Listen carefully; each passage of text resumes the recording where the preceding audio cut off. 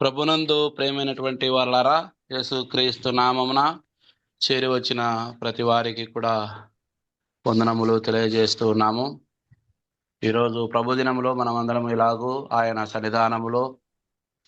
సన్నిధిలో కనబడేటువంటి ధన్యతను దేవాది దేవుడు మనకు అనుగ్రహించాడు. ఈరోజు ఆరాధన దినము కాబట్టి స్తుతులతో ఆరాధనలతో మనము ముందుకు వెళదాము. ప్రేరేపణ కలిగినటువంటి ఒక సహోదరుడు ప్రారంభ స్తుతులు చెల్లించండి. ప్రేమైనటువంటి వారలారా, స్థుతులకు పాత్రుడా యేసయ్యా, నీ ఘనమైన నామను బట్టి నీకు స్తోత్రాలు చెల్లిస్తున్నాం. ఆయన గడిచిన దినములన్నీ తండ్రి రేయనక పగలనక మమ్మల్ందరినీ మీ కృపగల దయగల కాచి కాపాడి తండ్రి 4710వ దినము నాయన పరిశుద్ధ దినములో నీ సన్నిధిలో చేరి ప్రభా స్తుతించుటకు మయపరచు మాకు సమయాన్ని బట్టి మీకు స్తోత్రాలు చెల్లిస్తున్నాం ప్రభా. ఈ దినం నాయన చేరి వచ్చిన ప్రతి బిడ్డను దీవించండి, ఆశీర్వదించండి ప్రభా. ఆరాధన తలంపులు అందిస్తున్న శివారెడ్డను మరియు తండ్రి పాటలు పాడుతుండగా నాయన మీరే ఉండండి తండ్రి. అలా ఆది నుంచి అంతవరకు మీరే ముందుండి నడిపించమని యేసుక్రీస్తు శ్రేష్టమైన నామంలో స్తుతులు సమర్పిస్తున్నాం తండ్రి. ఆమెన్. ఆమేన్. మరి ఈ సమయంలో ఆరాధన పాట కానీ, స్తుతి పాట కానీ, శిలువ ధ్యానం పాట కానీ మన సహోదరుడు రూపసాయి గారు ఒక పాట పాడతాడు.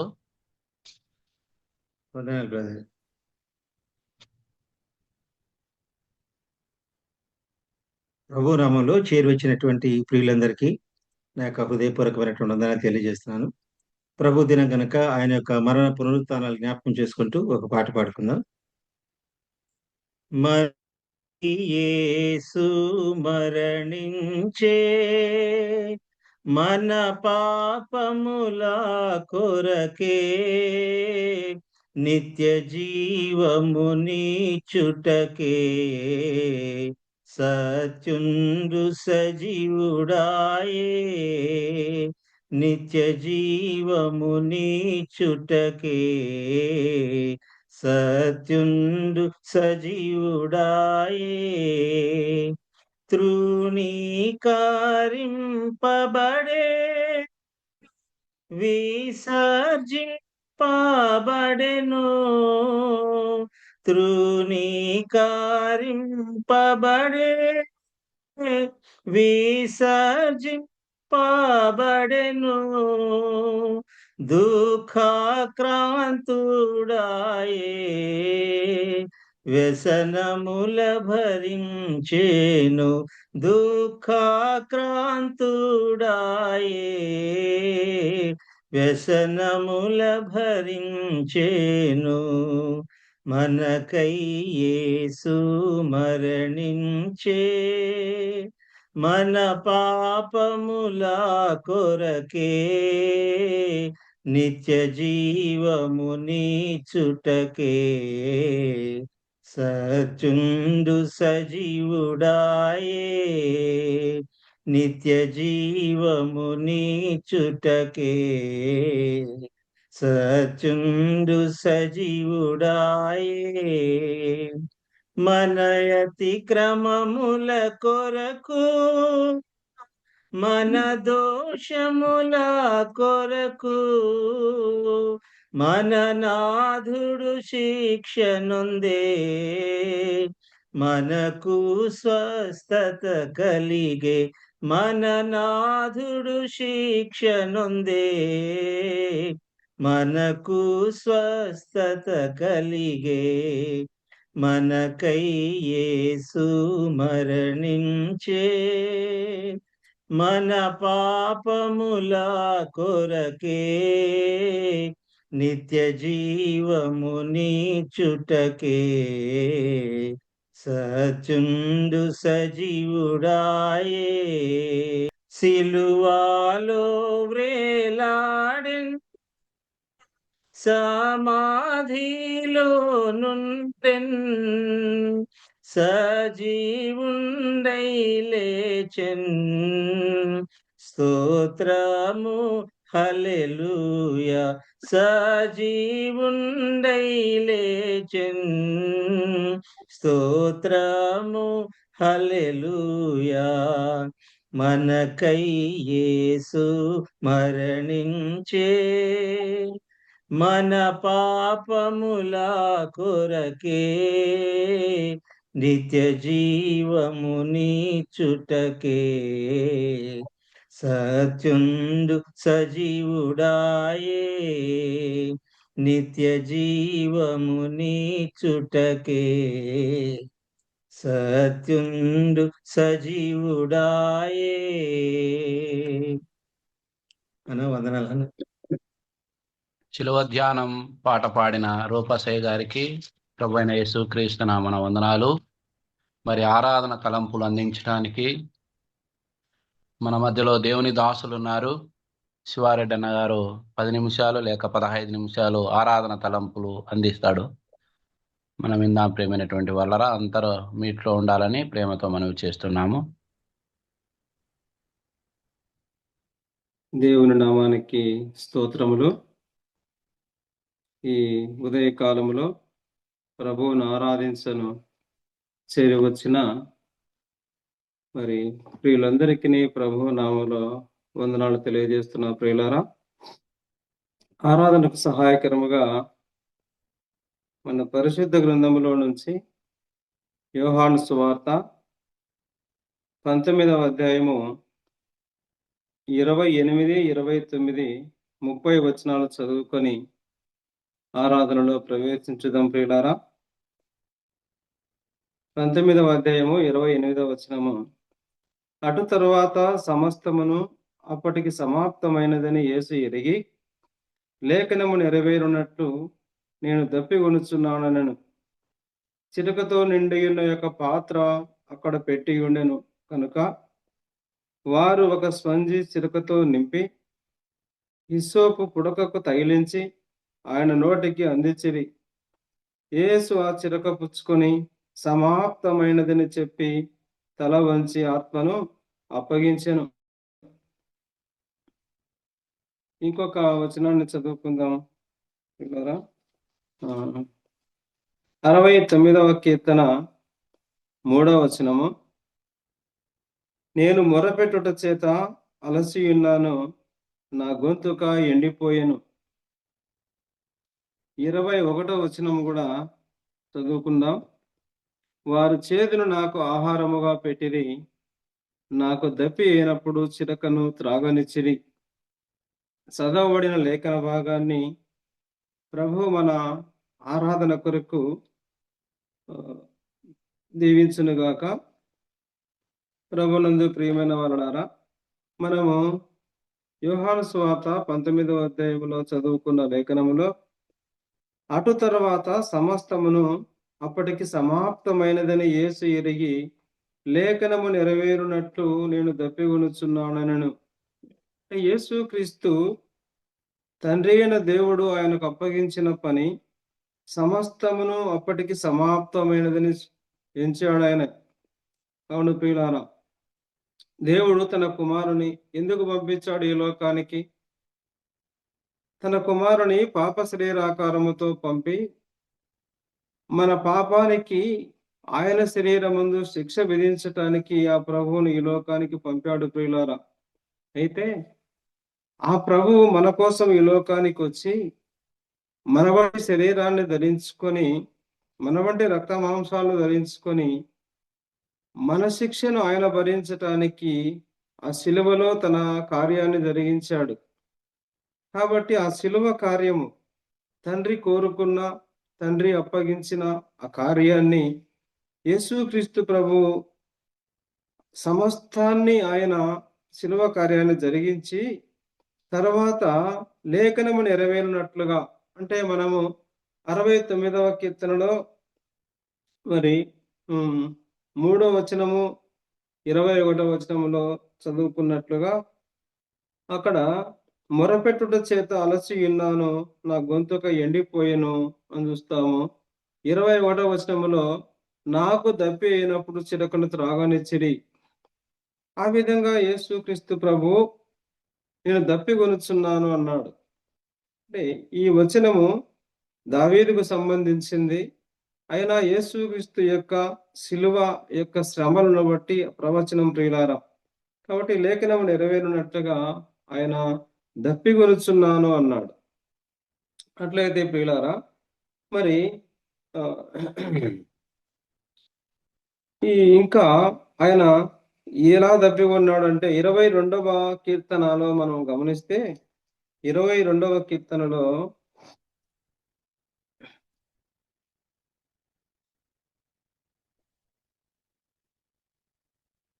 15వ వచనము, నా బలము ఎండిపోయి చిల్ల పెంకు వలె ఆయను, నా నాలుక దవడను అంటుకొని ఉన్నది. అవునండి, యేసుక్రీస్తు ప్రభువు ఆ శిలువలో ఆయన ఎంతో శ్రమ పొందాడు. ఎంతగానో ఆయన ఆ దప్పిగొన్నట్టుగా చూస్తున్నాం. ఇంకా పై వచనం 14వ వచనం గమనిస్తే, నేను నీళ్ల వలె పారబోయబడి ఉన్నాను, నా ఎముకలన్నీ స్థానము తప్పి ఉన్నవి అన్నాడు.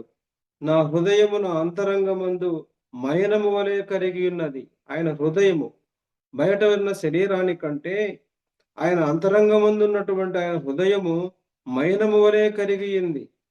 అంతగా ఆయన ఆ ప్రభువు దప్పి ఉన్నట్లుగా చూస్తున్నాం ప్రియులారా. ఆయన ఎలా దప్పి ఉన్నాడు, ఎప్పుడు దప్పి ఉన్నాడు, ఆయన ఆ దప్పిక ఎప్పటి నుంచి ఆయన ప్రారంభమైంది అంటే ప్రియులారా, ఆయన హృదయములో ఎంతో వేదన పడ్డాడు, ఎంతో వేదన పడ్డాడన్నట్టు చూస్తున్నాం. యేసుక్రీస్తు ప్రభు ఆయన అప్పగింపబడక మునుపు ఆ గెత్సమనే తోటలో ఆయన మరి ప్రార్థన చేసినట్టు చూస్తున్నాం. ఆయన అది లూకాసు వార్త 22వ అధ్యాయం 44వ వచనంలో మనం గమనిస్తే, ఆయన మరింత అద్భుతముగా ప్రార్థన చేయగా ఆయన చెమట గొప్ప రక్త బిందువు వలన ఆయన గమనిస్తున్నాం ప్రియులారా. అంటే ఆయన ఎంతగా ప్రార్థన చేశాడు, ఎంతగా ఆయన హృదయములో ఎంత వేదన అనుభవించాడు అని మనం గమనిస్తే, చెమట రక్త బిందువులుగా మారినంతగా ఆయన అంతగా వేదన పడిపోయాడు. కాబట్టి అక్కడనే ఆ దప్పిక స్టార్ట్ అయింది ప్రియులారా. ఆ చెమటలో ఆ రక్తము అంతా కారిపోతూ ఉంటే ఆ శరీరంలో నీటి శాతము తగ్గిపోతూ ఉంటుంది. అట్లయితే ఆయన తోటలో బంధించబడ్డాడు. ఇంకా ఆయన ఎంతగా శ్రమ పెట్టారు అని మనం గమనిస్తే, ఆ తోటలో బంధించి ఆ యేసుక్రీస్తు ప్రభువును యోహాను సువార్త 18వ అధ్యాయము 13వ వచనములో మొదట హన్నా అనే మాజీ ప్రధాన యాజకుని దగ్గరికి మధ్యరాత్రి వేళ తీసుకుపోయారు యేసుక్రీస్తు ప్రభువుని. అక్కడి నుంచి వారు విచారించారు. అక్కడి నుంచి యోహాను సువార్త 18వ 24వ వచనంలో వారు బంధింపబడి ఉన్నట్టుగానే యేసు ప్రభువుని అప్పటి ప్రధాన యాజకుడు కయపా యొద్దకు తీసుకొని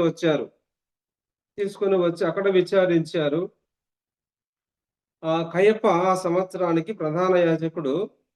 అయితే మత్తయి సువార్త 26వ అధ్యాయం 57వ వచనంలో రాత్రిపూట అక్కడ కయపా దగ్గర నుంచి 3వ సమావేశము, రాత్రిపూట మతనాయకుల సమావేశం జరిగింది. 26వ అధ్యాయం మత్తయి సువార్త 57వ వచనంలో. అయితే అది అనధికార సన్హెద్రి సభ. రాత్రిపూట సన్హెద్రి సభ జరపడానికి వీలు లేదు. కానీ ఆ సభలో వారు దేవదూషణ చేశాడని, నేరం మోపాడని ఆ ప్రభువు మీద మరణానికి శిక్ష పాత్రుడిని తీర్పు తీర్చారు. అట్లయితే లూకాసు వార్త 22వ అధ్యాయం 66వ వచనంలో మళ్ళీ తెల్లవారుజామున అధికార సమావేశములో, అంటే అధికార సన్హెద్రి సభలో, పెద్దల సభలో తీర్పు తీర్చి అయితే ఈయన మరణానికి అర్హుడు తీర్పు తీర్చారు. అయితే వారికి మరణశిక్ష విధించే అధికారం లేదు ఆ పెద్దలకు. లేకపోవడంతో అప్పటి రోమా గవర్నర్ అయినటువంటి పొంతి పిలాతు దగ్గరికి ఆ ప్రభువును తీసుకొని వచ్చారు. లూకాసు వార్త 23వ అధ్యాయము 1వ వచనములో పిలాతు వారు మోపిన నేరాలను గమనించాడు, గ్రహించాడు. అట్లయితే అప్పటికి యేసుక్రీస్తు గలిలయుడని ఆయన గ్రహించి అప్పుడు ఆ ప్రాంతానికి చెందినవాడని గ్రహించి అప్పుడు హేరోదు రాజుగా ఉన్నటువంటి ఆ రాజు దగ్గరికి పంపిస్తాడు. లూకాసు వార్త 23వ అధ్యాయము 7వ వచనంలో. ఆ హేరోదు కూడా హేళన చేసి అక్కడి నుంచి మళ్ళీ పిలాతు దగ్గరికి పంపిస్తాడు. లూకాసు వార్త 23వ అధ్యాయం 11వ వచనంలో. ఇలాగున యేసుక్రీస్తు ప్రభువుని ఆ పిలాతు తీర్పు తీర్చాడు. అయితే ఆ పిలాతు ఆ ప్రభువును తప్పించడానికి ప్రయత్నం చేశాడు. ఇతని యందు ఏ నేరము నాకు కనబడలేదు, మరణమునకు తగినది ఏ నేరము కనబడలేదని చెప్పి 3 సార్లు తీర్పు తీర్చాడు. కానీ వారు వినకుండా వాడిని సిలువ వేయమని కేకలు వేశారు. చివరికి వారి కేకలే గెలిచినట్లుగా ఆ లూకాసు వార్త 23వ అధ్యాయము 25వ వచనములో పిలాతు తీర్పు తీర్చి యేసుక్రీస్తును కొరడాలతో కొట్టించి వారికి ఇష్టం వచ్చినట్లుగా చేయుటకు ఆయనను అప్పగించాడు. ప్రియులారా, అలాగున ఈ 6 చోట్లకి తిప్పారు యేసుక్రీస్తు ప్రభువును. ఉదయానికి అంతగా వారు ఎంతగా బాధించారో, ఎంతగా వేధించారో, మరి ఆయన ఎంతగా తప్పికొని ఉంటాడో ప్రియులారా. ఎన్ని శ్రమలు, ఎంతమంది దూషించారో. అక్కడి నుంచి పిలాతు తీర్పు తీర్చినప్పటి నుంచి వారికి ఇష్టం వచ్చినట్లుగా చేయుటకు అప్పగించాడు. అంటే ఎవరికి ఇష్టం వచ్చినట్లుగా వాడు కొట్టేవాడు కొడుతూ ఉంటే, దూషించేవాడు దూషిస్తూ ఉంటే, హేళన చేసేవాడు హేళన చేస్తూ ఉంటే, కొరడాలతో కొట్టేవాడు కొరడాలతో కొడుతూ ఉంటే, అలాగున ప్రియులారా ఆయన ఎంతగానో హింసించారు ఆయనను. మరి అలాగున ఆయనకు యూదుల శిక్షా పద్ధతి ప్రకారము కొరడాలతో కొట్టించి శిలువ ఆయన భుజాల పైన పెట్టి యెరూషలేము వీధుల్లో ఆయన ఊరి బయటికి ఆ గవిని బయటికి తీసుకెళ్లి ఉదయం 9 గంటలకు శిలువ వేశారు. ఆ శిలువలో ఆయన తలలో నుంచి, చేతులలో నుంచి, కాళ్ళలో నుంచి ఆయన శరీరం అంతా గాయాలు, కొరడా దెబ్బలు, లెక్కలేనన్ని కొరడా దెబ్బలు ప్రియులారా. అన్ని కొరడా దెబ్బలు కొట్టినప్పుడు ఆయన గాయాలలో నుంచి రక్తము కారుతా ఉంటే ఆయన ఎంతగా తప్పికొని ఉంటాడు. అయినా కూడా ఆయన కార్యము జరిగినంత వరకు నాకు దప్పి అయినదని అడగలేదు ప్రియులారా. అయితే అంతగా తప్పికొన్న ఆ ప్రభువుకు ఎవరు కూడా దాహము తీర్చేవారు లేరు. ఆయన దాహము దప్పికొనుచున్నాను అన్నప్పుడు ఎవరు కూడా దాహం ఇచ్చేవారు లేరు ప్రియులారా. అయితే ఆయన ఎంతో మందికి దాహము తీర్చాడు. తీర్చాడు. నదులను సృష్టించిన వాడు, సముద్రాలను సృష్టించిన వాడు, జలరాశులను సృష్టించిన వాడు, సృష్టికర్త అయినటువంటి ఆ ప్రభువుకు ఆ శిలువలో దాహం కొన్నప్పుడు ఆయన దాహం ఇచ్చే వాళ్ళు లేకపోయారు ప్రియులారా. అంత మాత్రమే కాదు, యెషయా గ్రంథము 55వ అధ్యాయంలో దప్పికొనిన వారలారా నీళ్ల యొద్దకు రండి, రూకలు లేకయే మీరు కొని త్రాగుడి అన్నాడు. ఫ్రీగానే దప్పిక తీరుస్తానని చెప్పాడు ప్రియులారా. అంత మాత్రమే కాదు, యోహాను సువార్త 4వ అధ్యాయం 14వ వచనంలో సమరయ స్త్రీకి ఆయన జీవజలాన్ని ఇచ్చాడు. మా నిర్గమాకాండం 17వ అధ్యాయంలో 6వ వచనంలో ఆయన ఇజ్రాయేలులకు బండ నుండి నీళ్లు ఇప్పించాడు. అన్ని లక్షల మంది ప్రజలు ఆయన ఆ దప్పిక చేత ఉన్నప్పుడు బండలో నుంచి నీళ్లు ఇప్పించాడు. ఆ బండ క్రీస్తే అని 1 కొరింథీ పత్రిక 10వ అధ్యాయం 4వ వచనం గమనిస్తాం ప్రియులారా. మరి ఇంతమందికి దాహము తీర్చిన ప్రభువుకు సిలువలో ఆయన దాహము కొన్నప్పుడు ఎవరు దాహం ఇచ్చేవాళ్ళు లేరు. అట్లయితే ఆయన దప్పికొన్నప్పుడు చిరకను ఇచ్చారు. ఎప్పుడు? యోహాను సువార్త 19వ అధ్యాయం 29వ వచనములో అప్పుడు దప్పికొన్నప్పుడు చిరకను ఇచ్చారు. అప్పుడు సమాప్తమైనదని ఆయన చిరకను పుచ్చుకొని మనం గమనిస్తే ప్రియులారా, సమాప్తమైనదని చెప్పి తల వంచి ఆత్మను అప్పగించెను అని చూస్తున్నాం. మరి అట్లయితే ఈ దాహము ఎందుకు అడిగాడంటే లేఖనము నెరవేరునట్లుగా. అంటే కీర్తనల గ్రంథములో 69వ అధ్యాయములో 3వ వచనములో అక్కడ నేను మొరపెట్టుట చేత అలసి ఉన్నాను, నా గొంతుక ఎండిపోయినని చూస్తున్నాం. అలాగనే 22వ కీర్తనలో నా నాలుక దవడను అంటుకొని ఉన్నది అని చూస్తున్నాం ప్రియులారా. మరి ఇంతగా సిలువలో ఆయన ఎంతో శ్రమలు పొంది ఎంతో బాధలు అనుభవించినప్పుడు ఆయన గొంతుక ఎండిపోయినట్లుగా ఆయన నాలుక ఆయన దవడను అంటుకున్నట్లుగా చూస్తున్నాం ప్రియులారా. అటువంటి సమయంలో దాహమని అడిగాడు వారు. అలాగనే చేతులు అలాగనే వారు దప్పి అయినప్పుడు చిరకను త్రాగనిచ్చిరి. నాకు దప్పి అయినప్పుడు చిరకను త్రాగనిచ్చిరి అని చూస్తున్నాం. యేసుక్రీస్తు ప్రభువుకు ఆయన దప్పిగా అని అడిగినప్పుడు ఆయన చిరకను త్రాగనిచ్చినట్లుగా అప్పుడు సమాప్తమైనదని చెప్పి ప్రభు తల వంచినట్లుగా చూస్తున్నాం ప్రియులారా. అట్లయితే మనము గమనించవలసిన విషయం ఏమిటంటే ఇదే ఇక్కడ 69వ కీర్తనలోనే వారు చేదును నాకు ఆహారముగా పెట్టిరి అని గమనిస్తున్నాం. చేదును ఆహారముగా పెట్టారు. ఇది ఎప్పుడు పెట్టారు అని గమనిస్తే యేసు ప్రభు శిలువ వేయక ముందే ఆయనకు చేదును ఆహారముగా పెట్టారు ప్రియులారా. శిలువ వేయక ముందే ఆయన దప్పికని అడగక మునిపే ఆనాటి యూదులు, ఆనాటి మత నాయకులు, ఇంకా ప్రియులారా ఆ బంట్రోతులు సైనికులు, యూదా సైనికులందరూ కలిసి ఆ ప్రభువుకు ఆ చేదును త్రాగనివ్వడానికి ప్రయత్నించారు. అదే మార్కు సువార్త మత్తయి సువార్త 27వ అధ్యాయము 34వ వచనములో చేదు కలిపిన ద్రాక్షారసమును ఆయనకిచ్చిరి గాని రుచి చూచి త్రాగనొల్లకపోయెను అని చూస్తున్నాం. ఇక్కడ 69వ కీర్తనలో వారు చేదును నాకు ఆహారముగా పెట్టిరి. అవును ప్రియులారా, యేసుక్రీస్తు ప్రభు ఎందుకు ఆయన అక్కడ త్రాగనొల్లకపోయెను, రుచి చూచి త్రాగనొల్లకపోయెను. ఇంకా మార్కు సువార్త 15వ అధ్యాయం 23వ వచనములో అంతటా బోలము కలిపిన ద్రాక్ష రసమును ఆయనకిచ్చిరి గాని ఆయన పుచ్చుకొనలేదు. అట్లయితే ఇక్కడ చేదు కలిపిన ద్రాక్షారసం, బోలము కలిపిన ద్రాక్షారసం అని చూస్తున్నాం. ఇవి ఇచ్చారు కానీ ప్రభు రుచి చూచాడు, త్రాగనొల్లకపోయాను, త్రాగలేదు ఆయన.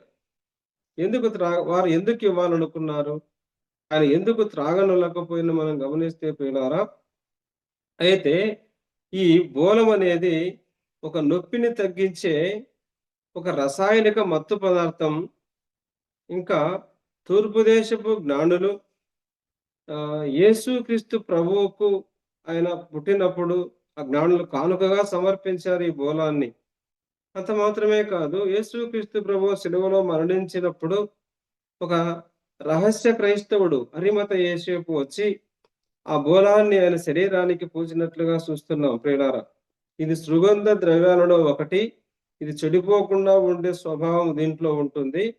అయితే ఇది చేదుగా ఉంటుంది రుచికి. అంత మాత్రమే కాదు, ఇది మత్తు కలిగించేది, మనిషిని స్పృహలో లేకుండా చేస్తుంది. అటువంటి పరిస్థితిలో యేసు ప్రభువుకు సిలువ వేయడానికి ముందే వారి ఈ బోలము కలిపిన ద్రాక్ష రసాన్ని వారు ఇవ్వడానికి ప్రయత్నించారు ప్రియులారా. ఎందుకు అంటే వారు కొట్టే దెబ్బలు, ఆ బాధ ఆయనకు తెలియకుండా ఉండాలని, వారి పని సులువు అవుతుందని. ఇంకా మనం గమనిస్తే ఆయన త్వరగా మరణించాలని, ఒకవేళ లేకుండా లేఖనాలు నెరవేరకుండా ఉండాలని ఏమైనా వారు ప్రయత్నించే ఉండవచ్చు. ఎందుకంటే యేసుక్రీస్తు ప్రభు ఎందుకు ఆయన సిలువలో మరణించాడు? లేఖనముల ప్రకారము మన పాపముల నిమిత్తమై ఆయన మృతి నొందినని చూస్తున్నాం. మరి యేసుక్రీస్తు ప్రభు మరణించేది పాపముల నిమిత్తము కాదు, కానీ ఆయన ఒక విషము తాగి చనిపోయాడని ఆయన మరణాన్ని ధృవీకరించడానికి ఏమైనా వారు కుట్ర పన్నెండొచ్చు అని నేను అనుకుంటున్నాను ప్రియులారా. ఇది అనుకుంటున్నాను. అంతా మాత్రమే కాదు, వారు అలాగున యేసు ప్రభువును వారి ఉద్దేశం ఎందుకంటే విషం ఇచ్చే అలా తొందరగా చనిపోతాడనో, లేకుంటే వారి ప్రయత్నాలు వారు చేశారు. కానీ ప్రభువు యొక్క ఉద్దేశం, ప్రభువు యొక్క ఆయన తండ్రి అప్పగించిన పని ఏమిటి? సిలువలో ఆయన మన పాపముల నిమిత్తమై మృతి పొందాలి, లేఖనములు నెరవేరున్నట్టుగా. అందుకే ఆయన పుచ్చుకోలేదు ప్రియులారా, పుచ్చుకోలేదు. ఆయన త్రాగనొల్లకపోయెను. తరువాత ఆయన తండ్రి అప్పగించిన పని సమాప్తమైనప్పుడు ఆ ప్రభువు ఆయన ఆ లేఖనము నెరవేరునట్లుగా నేను తప్పికొనుచున్నానను వారు చిరకను ముంచి ఆయనకు అందించారు. దాన్ని ఆయన పుచ్చుకొని తన ఆత్మను అప్పగించి ప్రాణము విడిచినట్టుగా చూస్తున్నాం ప్రియులారా. సమాప్తమైనదని. అప్పటికి తండ్రి అప్పగించిన పని అంతా సమాప్తమైంది ప్రియులారా. అట్లయితే ఆ చివరిలో వారు ఇచ్చినటువంటి ఆ చిరకను మనం గమనిస్తే, ఆ చిరక ఒక పులిసిన రసాయనం అని మనం గమనిస్తాం. పులిసిన రసాయనం లేదా వెనిగర్ అంటే ఒక పులుపు పదార్థం, పులుపు పానీయాన్ని యేసు ప్రభువుకు దాహం అని అడిగినప్పుడు ఇచ్చారు. ఆయన అంతమందికి దాహము తీర్చిన ఆ ప్రభువు, సముద్రాలను, జలరాశులను, నదులను సృష్టించిన ఆ ప్రభువు, ఆయన ఎంతో మందికి దాహము తీర్చి ఉండగా ఆ సిలువలో మన కొరకు, మన పాపముల కొరకు ఆయన దాహము కొన్నప్పుడు ఎవరు కూడా ఆయన దాహము ఇవ్వలేదు ప్రియులారా. నీళ్ళు ఇవ్వలేదు, దప్పిక తీర్చలేదు. కానీ సైనికులలో ఒకడు ఒక పులిసినటువంటి పానీయాన్ని ఇచ్చారు. ఆ పానీయాన్ని, ఆ పులుపును, ఆ పానీయాన్ని ఆయన పుచ్చుకొని సమాప్తమైనదని చెప్పి తల వంచి ఆయన ఆత్మను అప్పగించినట్లుగా చూస్తున్నాం ప్రియులారా. పులుపును ఆయన పుచ్చుకున్నాడు. పులుపు అనగా పాపం. మన పాపాన్ని ఆయన పుచ్చుకొని ఆయన జీవాన్ని మనకి ఇచ్చాడు సిలువలో ప్రియులారా. ట్రాన్స్ఫర్, పాత సామాన్లకు కొత్త సామాన్లు అన్నట్లుగా మన పాపపు బ్రతుకును ఆయన పైన వేసుకున్నాడు. ఆయన నూతన జీవాన్ని, ఆయన క్రొత్త బతుకును మనకిచ్చాడు. ఆ విధంగా ఆ ప్రభు మన కోసం ఆ సిలువలో ఎన్నో గాయాలు, అవమానములు పొంది ప్రియులారా ఆ ప్రభు మన కోసం మరణించాడు. అంత మాత్రమే కాదు, ఆయన మరణించడమే కాదు కానీ లేఖనముల ప్రకారము సమాధి చేయబడెను. ఆయన సమాధి చేయబడ్డాడు. లేఖనముల ప్రకారమే ఆయన మరణమును జయించాడు ప్రియులారా. లేఖనం మరణాన్ని జయించాడు. ఎందుకంటే అనేక మంది మహానుభావులు, గొప్ప గొప్ప మేధావులు, దేవతలు అనబడిన వారు, దేవుళ్ళు అనబడిన వారు, ఎంతో మంది నీతులు చెప్పిన వారు మరణించారు, సమాధిలోకి వెళ్ళారు. కానీ ఏ ఒక్క దేవుడు అనబడిన వాడు గాని, దేవతలు అనబడిన వారు గాని, బాబాలు అనబడిన గారు గాని ఎవరు కూడా మరణాన్ని జయించి తిరిగి లేవలేదు ప్రియులారా. మరి ప్రపంచమంతా దేన్నైతే జయించలేకపోయిందో దాన్ని, ఆ మరణమును జయించిన మహాశక్తివంతుడు మన ప్రభు ప్రియులారా. ప్రపంచమంతటా నాటికి నేటికి మరణమనే మహమ్మారిని మానవ జాతిపై విరుచుకుపడే ఆ మరణాన్ని ఆయన ముళ్ళు విరిచిన మహాశక్తివంతుడు మన ప్రభు మాత్రమే ప్రియులారా. ఆ మరణమనే మహమ్మారికి ముచ్చెమటలు పట్టించి, ఓ మరణమా నీ విజయం ఎక్కడా, ఓ మరణమా నీ ముళ్ళు ఎక్కడా అని మరణం పైన సవాలు చేసి ఆ మరణము యొక్క బలము గలవానని అపవాదిని మరణము ద్వారా నశింపజేసి మనకు నిత్య జీవం ఇచ్చిన ప్రభువుని ఈ ఉదయ కాలంలో జ్ఞాపకము చేసుకోవాలి ప్రియులారా. ఆయన మన పట్ల చేసిన ఉపకారాలు జ్ఞాపకము చేసుకుంటూ ఆయన గుణాతిశయాలు ప్రచురిస్తూ ఆయనను ఆరాధించబద్ధులమై ఉన్నాం. దేవుడు ఈ తలంపులు స్వీకరించిన గాక. ఇటువంటి తలంపులు కలిగి ప్రభువును ఆరాధిద్దాం ప్రియులారా. పాపులగావను పరమ తండ్రి నిన్ను లోకంబున పంపెనుగా. పాపులగావను పరమ తండ్రి నిన్ను లోకంబున పంపెనుగా. పాపుల కొరకై ప్రాణము పెట్టెను. పాపుల కొరకై ప్రాణము పెట్టెను. సంకల్పించుకున్నావా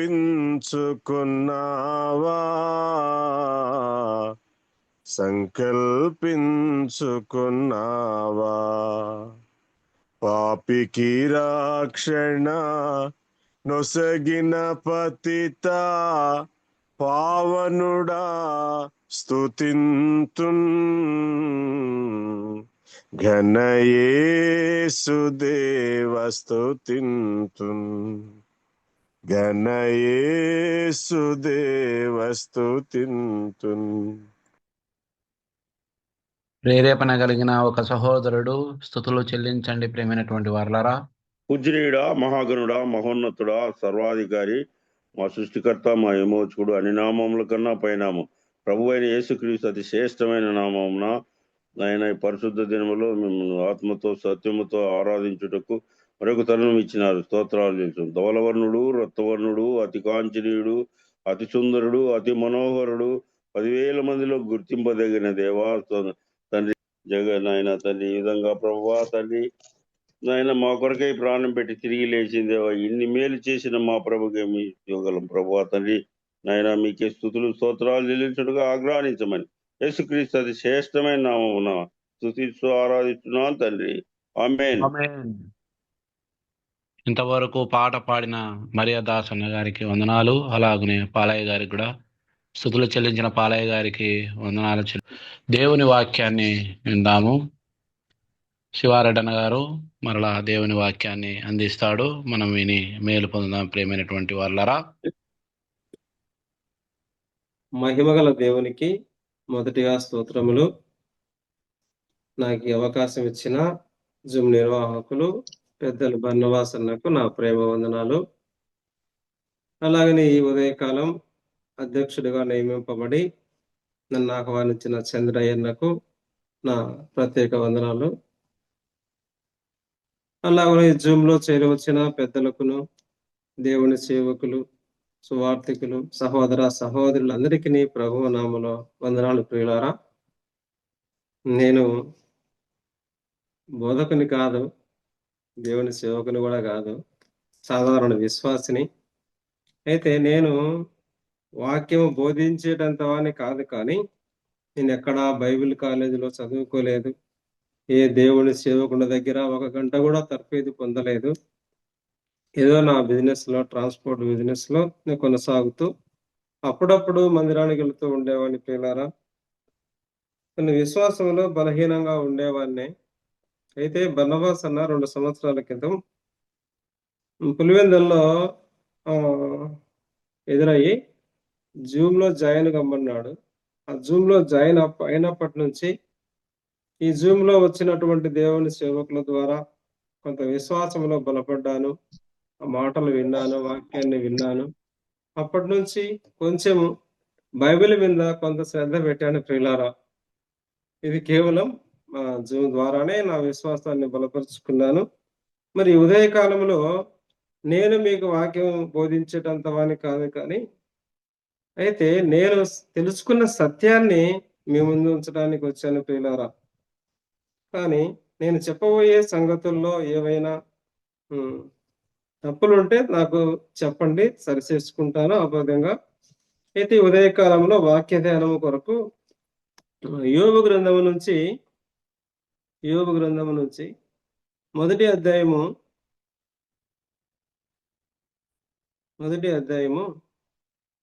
6, 7, 8, 9 వచనాలు ప్రియులారా చదువుకుందాం. దేవదూతలు యెహోవా సన్నిధిని నిలుచుటకై వచ్చిన దినమొకటి తటస్థించెను. ఆ దినమున అపవాది యెగువాడు వారితో కలిసి వచ్చెను.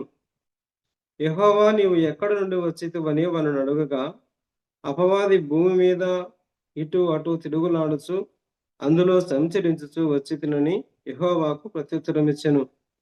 అందుకు యెహోవా, నీవు నా సేవకుడైన యోబు సంగతి ఆలోచింతివా? అతడు యథార్థవంతుడును న్యాయవంతుడునై దేవుని యందు భయభక్తులు కలిగి చెడుతను విసర్జించిన వాడు భూమి మీద అతని వంటి వాడు ఎవడునో లేడని దేవుడు సాక్ష్యం ఇచ్చాడు. చదవబడిన భాగాన్ని ప్రభు మనకు వినిపించినట్లుగా చిన్న ప్రార్థన చేసుకుందాం. ప్రియులారా, మమ్మల్ని మిక్కిలిగా ప్రేమించిన మా ప్రియ పరలోకపు తండ్రి, మహోన్నతుడమైన దేవా, నీకు స్తోత్రములు. మరి ఇంతవరకు మాతో ఉండి నీవు మరి మా ప్రభువా ఆరాధింపబడినందుకే స్తోత్రములు తండ్రి, మహిమపరచబడినందుకే స్తోత్రాలునైనా. నైనా తండ్రి, వాక్యధ్యానము కొరకు మేము అయినా తండ్రి నీ పరిశుద్ధ గ్రంథంలో నుంచి చదువుకున్న లేఖనాల ద్వారా తండ్రి ఏమి మాట్లాడునై ఉన్నావా తండ్రి, అవి నా తండ్రి నీవే మాతో మాట్లాడమని ఈ సమయం అంతటినీ మా ప్రభువా నీకు మహిమకరంగా మాకు ఆశీర్వాదకరంగా ఉంచమని మా ప్రభు అయిన యేసు క్రీస్తు నామములో ప్రార్థించి వేడుకుంటున్నాము తండ్రి. ఆమేన్. ప్రభువునందు ప్రియమైన వాళ్ళారా, ఈ ఉదయ కాలంలో మరి ఈ యోబు గ్రంథాన్ని నేను మీకు సవివరంగా వివరించలేను, కానీ యోబు గ్రంథం అంతటినీ కూడా క్షుణ్ణంగా ఒక 20 నిమిషాల లేదా ఒక 30 నిమిషాల్లో నేను ముగిస్తాను ప్రియులారా. యోబు గ్రంథాన్ని నేను ఏ విధంగా దాన్ని విభజించుకున్నానంటే 8 అంశాలుగా విభజించుకున్నాను. మొదటి అంశం అది ఏంటంటే, యోబు ఏ కాలము నాటి వాడు, యోబు గ్రంథము ఎవరు రచించారు, రచయిత. రెండవ అంశం ఏదంటే, పరిశోధకుడు శోధకుడు వీరిద్దరి మధ్యలో జరిగినటువంటి ఈ ఛాలెంజ్ ప్రియులారా, ఈ యోబు కథ, యోబు గ్రంథం. మూడవ అంశము, యోబుకు 3 కుమార్తెలు. నాలుగవ అంశము, యోబుకు 4 స్నేహితులు. 5వ అంశము, యోబుకు దేవుడు ఇచ్చినటువంటి 5 ఆధిక్యతలు. 6వ అంశము, ఈ యోబు గ్రంథములో దేవుడు సాతానుడు కల్పించుకున్నటువంటి ఆ పాత్రలు, వాడుకున్న పాత్రధారులు 6 మంది. యోబు భార్య, 4 స్నేహితులు. 7వ అంశము, యోబుకు 7 మంది కుమారుడు. 8వ అంశము మనం గమనిస్తే ఈ గ్రంథం అంతటా కొలిచి 8 మంది సంభాషణ ఉంది ప్రియులారా. ఈ 8 మంది సంభాషణతో కూడిన గ్రంథమే ఈ యోబు గ్రంథము. ఈ యోబు గ్రంథాన్ని సవివరంగా మీకు సింపుల్ గా నేను వివరిస్తాను ప్రియులారా. ఈయన యోబు ఏ కాలము నాటి వాడును అని గమనిస్తే, బైబిల్ గ్రంథకర్తలు ఎవరు కూడా, బైబిల్ పండితులు ఈ ఏకాభిప్రాయంగా ఎవరు కూడా ఫలాని కాలమున అని రాయబడలేదు ప్రియులారా. గ్రంథకాలము రాయబడలేదు. అయితే ఇక్కడ ఇజ్రాయేల్ చరిత్ర కానీ ధర్మశాస్త్రపు ఆజ్ఞలు కానీ లేవు. ఈ ఎప్పటి వాడు యోబు అని మనం గమనిస్తే, అబ్రహాము కంటే ముందటి వాడని నేను తెలుసుకున్న ప్రియులారా. అయితే నేను గమనించిన విషయం ఇది ఖచ్చితమని కాదు, కానీ ఎందుకంటే ఈ ఆనాటి కాలంలో, పురాతన కాలంలో యాజకులు లేరు. ఇంటి పెద్దనే యాజకునిగా బలి అర్పించేవాడు.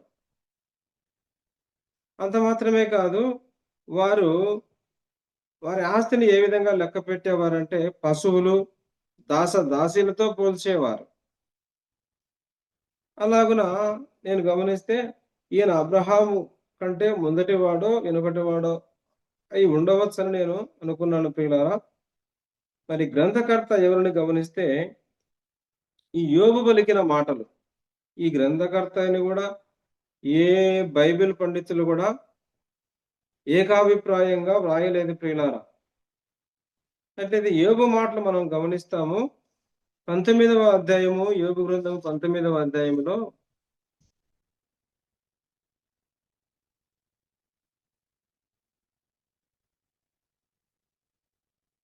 23 వచనాలు, 24 వచనము. నా మాటలు వ్రాయబడవలనని నేనెంతో కోరుచున్నాను, అవి గ్రంథములో వ్రాయబడవలనని నేనెంతో కోరుచున్నాను. అవి వినుప పొగరుతో బండ మీద చెక్కబడి సీసముతో నింపబడి నిత్యము నిలువబడనని నేనెంతో కోరుచున్నాను అన్నాడు యోబు. మరి ఇంతటి కోరిక కలిగిన యోబు ఆయన మాటలు గ్రంథంలో వ్రాయబడాలని, అవి ఇంకా ఎంత భద్రంగా ఉండాలని కోరుకున్నాడంటే, ఇనుప పొగరుతో బండ మీద చెక్కబడి సీసముతో నింపబడి నిత్యము నిలవాలనుకున్నాడు. మరి ఇంతటి ఆశ కలిగిన వ్యక్తి, ఇంతటి కోరిక కలిగిన వ్యక్తి, మరి ఆయన తన మాటలు రాసుకొని ఉంటాడని నేను అనుకుంటున్నా పిల్లారా. ఇంకా మనం గమనిస్తే 31వ వచనములో కూడా ఏమంటాడంటే యోబు 31వ వచనము 35వ వచనములో 31వ అధ్యాయము 35వ వచనము, నా మనవి వినుటకై నాకొకడు ఉండవలనని నేనెంతో కోరుచున్నాను అన్నాడు. అంటూ ఇదిగో నా చేవ్రాలు గురుతు, ఇదిగో నా ప్రతివాది వ్రాసిన ఫిర్యాదు, సర్వశక్తుడు నాకు ఉత్తరం ఇచ్చునుగాక అన్నాడు. ఇక్కడ నా సేవరాలు గుర్తు అన్నాడు, నా ప్రతివాది వ్రాసిన ఫిర్యాదు అంటే ఈయన సొంతముగా ఆయన చేతి వ్రాలు. ఆయన ప్రతివాది అంటే ఆయన స్నేహితులు ప్రతివాదులుగా వాదించారు. మరి వారిలో జ్ఞానవంతుడు, తెలివిగలవాడు, ఆధ్యాత్మికంగా ఉన్నవాడు ఎలీహు రాసి ఉండవచ్చు, లేదా యోబే రాసి ఉండవచ్చు, లేకంటే వారు బండ మీద చెక్కారేమో వారి మాటలు, అవి సీసముతో ముద్రించారేమో. అటువంటి ప్రతులను తీసుకొని వారి తర్వాత వచ్చినటువంటి మోసే ఈ గ్రంథాన్ని రాసి ఉండవచ్చు అని ఊహా ప్రియులారా. ఇది వాస్తవమని కాదు, అయి ఉండవచ్చు అని. తర్వాత రెండవ అంశం ఏమిటంటే, ఈ రెండవ అంశంలో ఇక్కడ ఇద్దరు వ్యక్తులు ఉన్నారు, పరిశోధకుడు, శోధకుడు. వీరి మధ్య జరిగిన సవాలే యోబు గ్రంథం, యోబు కథ ప్రియులారా. ఎందుకంటే దేవుడు సార్వభౌమత్వము కలిగిన వాడు. ఆ విశ్వాసం యొక్క నిజమైన పరీక్ష ఈ గ్రంథములో ఉంది. అటువంటి వాటిని గురించి దేవుడిచ్చిన దివ్య సందేశమే ఈ యోబు గ్రంథం. ఆయన ఉద్దేశము ఎక్కడ మొదలైంది? అది పరలోకములో మొదలైంది, దూతల ఎదుట. అట్లయితే అది ఆయన భూమి మీద నెరవేర్చాడు దేవుడు ఆ ఉద్దేశాన్ని.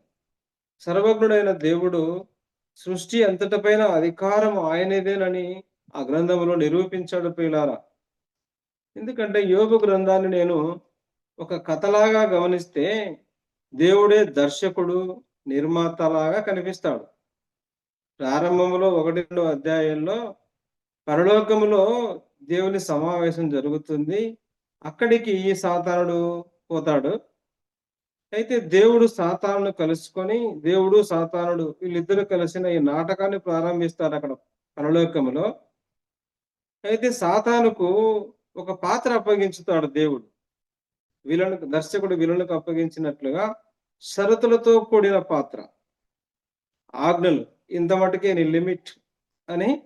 అటువంటి పాత్రను సాతానుకు అప్పగిస్తాడు. ప్రధాన పాత్రగా యోబును వాడుకుంటాడు. నటీనటులుగా తన స్నేహితులను వాడుకుంటాడు ప్రియులారా, తన భార్యను కూడా. మరి ఈ కథకు దేవుడే రచయిత, ఆయనే ఏకైక దర్శకుడు, ఆయనే డిజైన్ సెట్ చేసిన వాడు, నటుల్ని ఎంచుకున్నవాడు, చివరిలో కూడా కరెక్షన్ చేసిన వాడు కూడా దేవుడే. మరి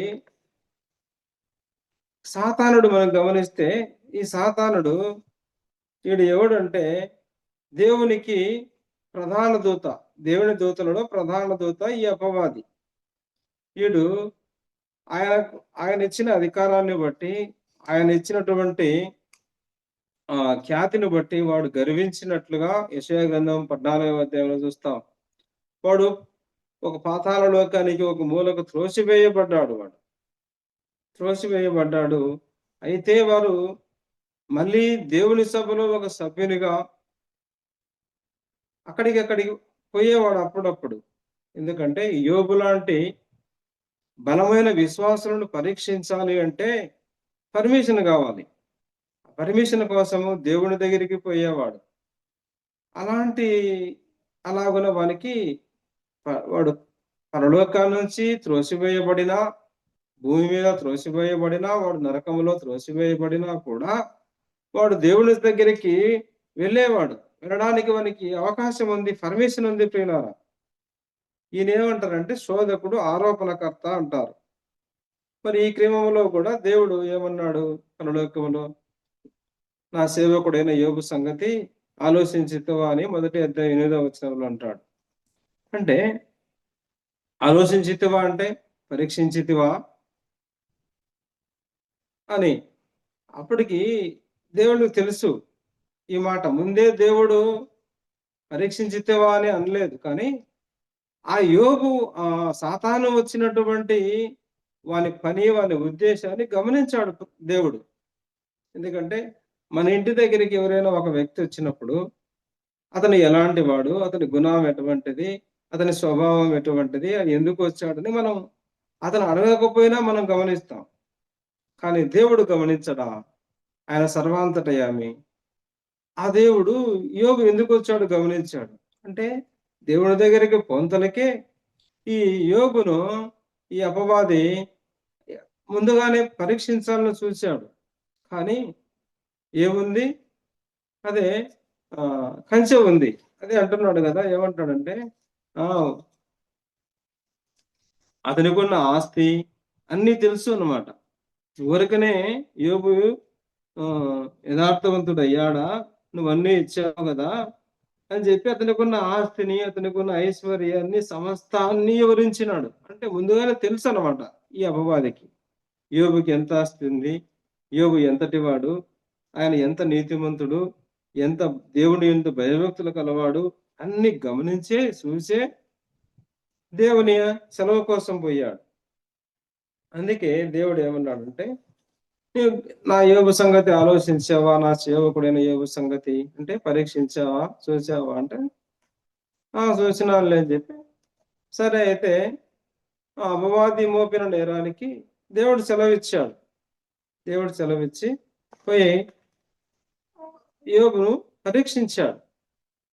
ఇతనికి ఎందుకంటే మనుషులను చంపడానికి కూడా ఈ అపవాదికి శక్తి ఉంది. అక్కడ గాలి వచ్చి ఆ ఇంటి మీద నలుమూలలా కొట్టి పిల్లలు మరణించారని ఉంది. గాలి రప్పించడానికి కూడా వాడికి శక్తి ఉంది ప్రియులారా. ఎందుకంటే వాడు లోకాధికారి.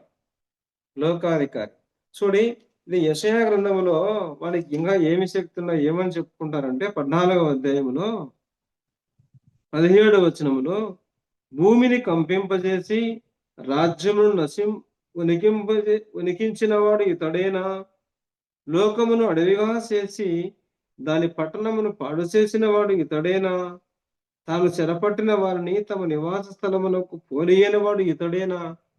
అంటే ఈ అపవాదికి ఎంత శక్తి ఉంది చూడు ప్రియులారా. భూమిని కంపింపజేస్తాడు వీడు, రాజ్యాలను వణికించుతాడు, లోకమును అడవిగా చేస్తాడు, పట్టణాలను పాడు చేస్తాడు, వారు చెరపట్టిన వారిని తమ నివాస స్థలానికి పోనీయుడు. ఇంతటి శక్తి ఉంది, వానికి అవకాశం ఉంది. అయితే ఈయన అవకాశము షరతులతో కూడినది అయినా కూడా పర్మిషన్ లేకుండా వాడు ఏమి చేయలేడు. ఇంకా ఎంతవరకు వానికి మరి వాడు శోధిస్తాడు అంటే షరతులతో కూడిన పర్మిషన్ అంటే దేవుడు సెలవిస్తాడు కదా. 1వ అధ్యాయం 12వ వచనంలో, 2వ అధ్యాయం 6వ వచనంలో ఆయన శరీరాన్ని ముట్టొద్దంటాడు 1వ అధ్యాయంలో, 2వ అధ్యాయంలో అతని ప్రాణాన్ని ముట్టవద్దని షరతులు. అట్లయితే ఈయనకి ఎంతవరకు పరలోకములో పోవడానికి రావడానికి అవకాశం ఉందని గ్రహించానంటే, ప్రకటన గ్రంథము చూడండి 12వ అధ్యాయంలో, ప్రకటన గ్రంథము 12వ అధ్యాయంలో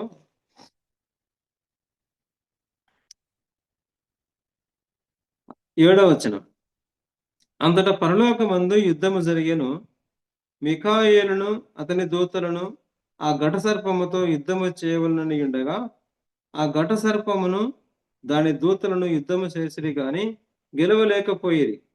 కనుక పరలోకమందు వారికి స్థలము లేకపోయాను. కాగా సర్వలోకమును మోసపుచ్చుచు అపవాది అనియు సాతాను అనియు పేరుగల ఆది సర్పమైన మహాఘట సర్పము పడద్రోయబడెను.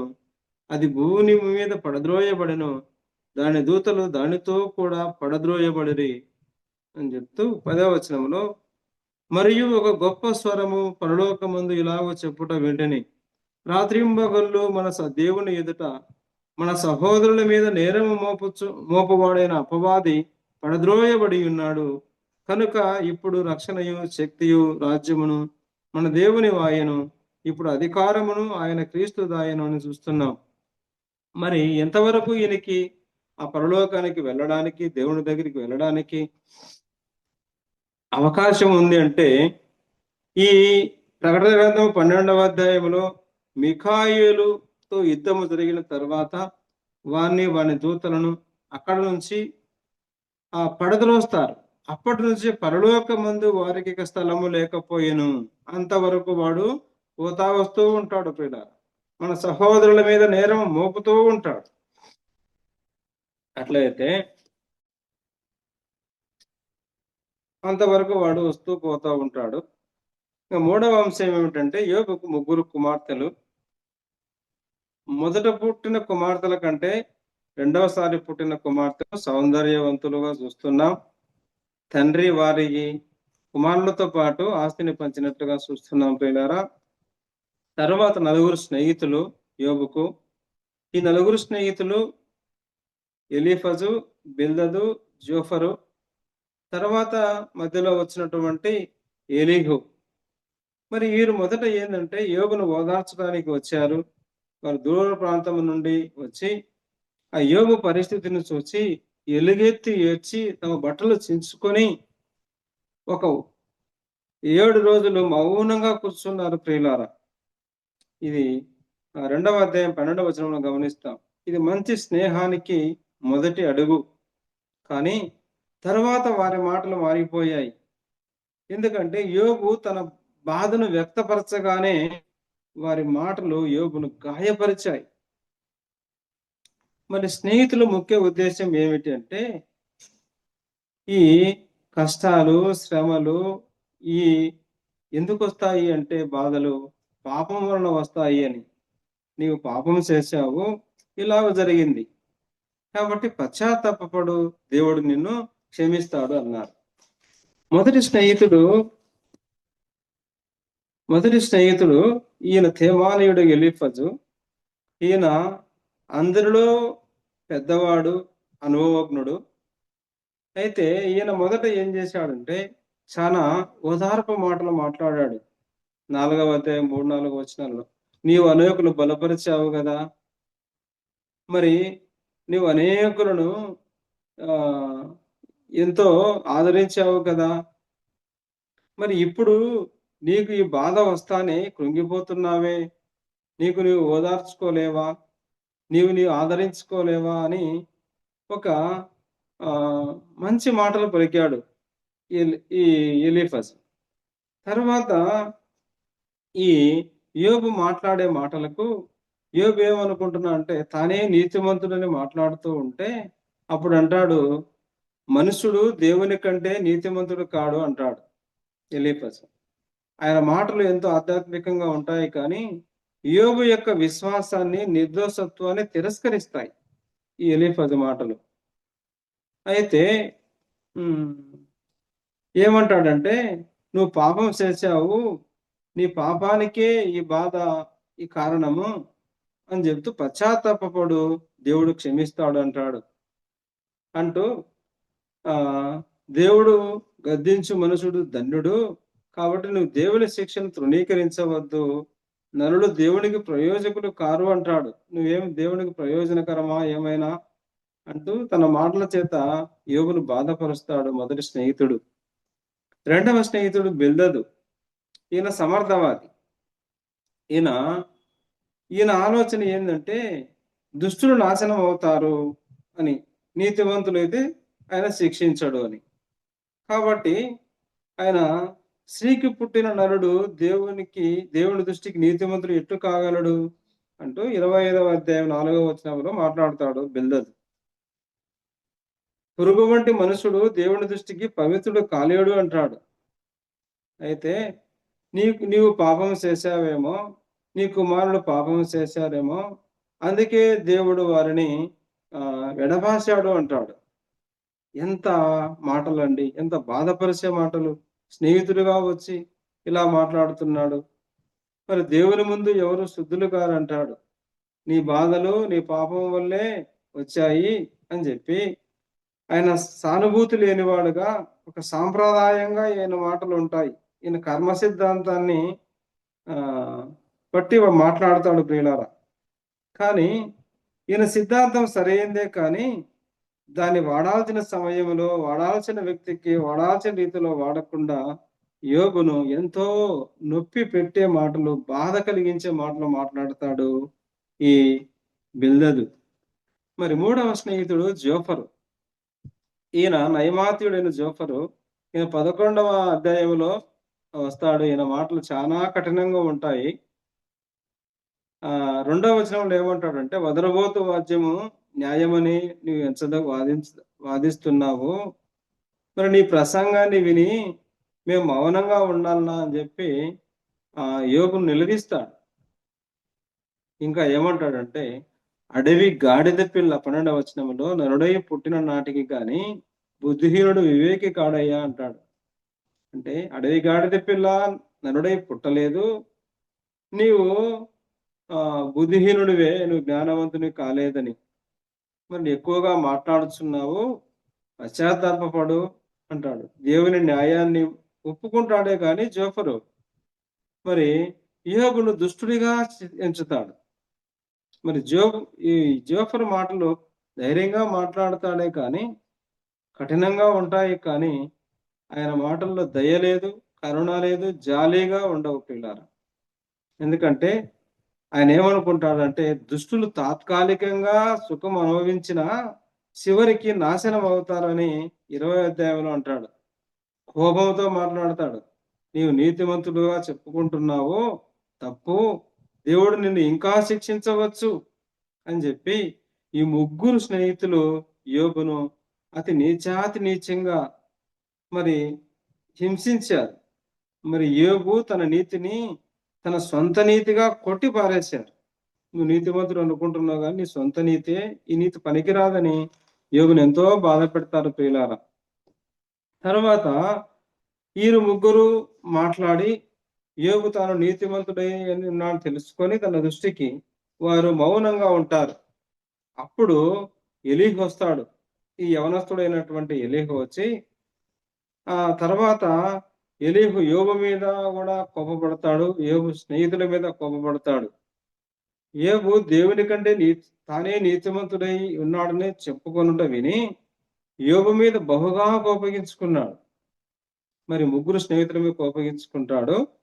అయితే మీరు వృద్ధులు కనుక నేను తక్కువ వయసు గలవాడను, నేను మీతో మాట్లాడను తెయ్యింపలేదు, అయితే వృద్ధులు మాత్రమే జ్ఞానవంతులు కారు అని చెప్పి స్నేహితుల మీద కోపపడతాడు. అయితే 9వ వచనంలో నా మాటలు కూడా మీరు వినండి అని ఆయన చెబుతాడు ప్రియులారా. ఆయన ఉద్దేశ్యం ఏమిటంటే, ఎలీహు ఉద్దేశము యోబు తాను నీతిని తాను సరిగా చూసుకుంటున్నాడు, కానీ దేవుని నీతిని కనపరచుటలో యోబు విఫలమయ్యాడని గ్రహిస్తాడు ఈ ఎలీహు. అయితే ఆయన అలాగ అభిప్రాయపడి మనుషులు మాట్లాడితే ప్రయోజనం లేదు, దేవుడే నేరుగా యోబుతో మాట్లాడితే బాగుండు అని 33వ అధ్యాయంలో 23వ వచనంలో అంటాడు. ఎందుకంటే నరులకు యుక్తమైనది తెలియక, అంటే యథార్థమైనది తెలియక, అంటే యోబు కూడా తెలియదు, నరులకు తెలియదు, కాబట్టి వారు పాపం చేసి పాతాళానికి పోయేవారుగా ఉన్నారు, వారు ఆ కూపంలోనికి పోయేవారుగా ఉన్నారు.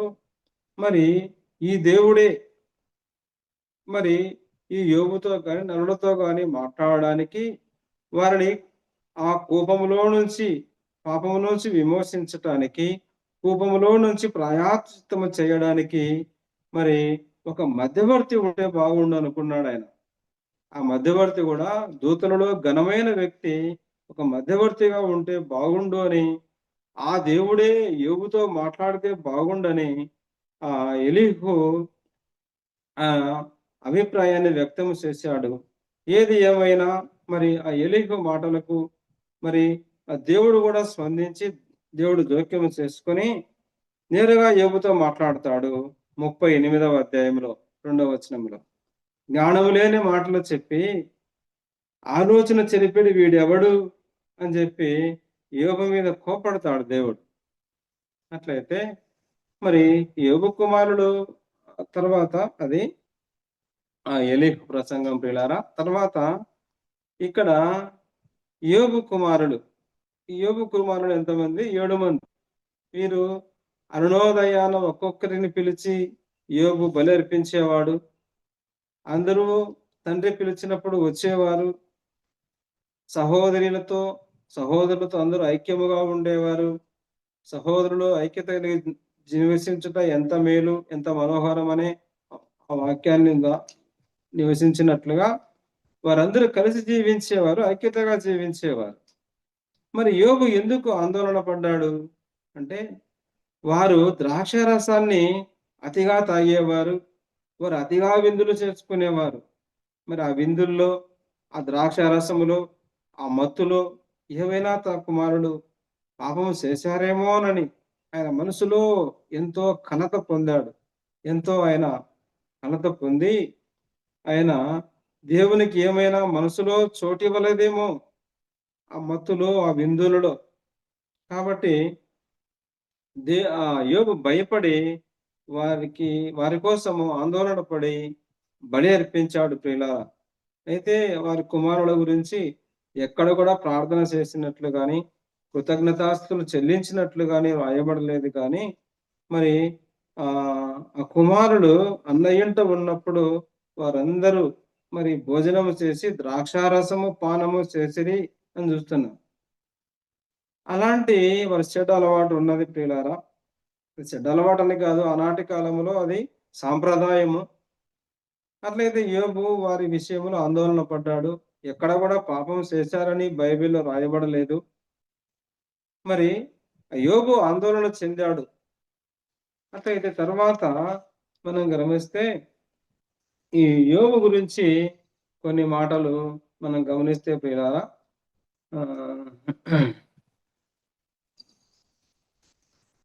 యోబు గురించి కొన్ని మాటలు.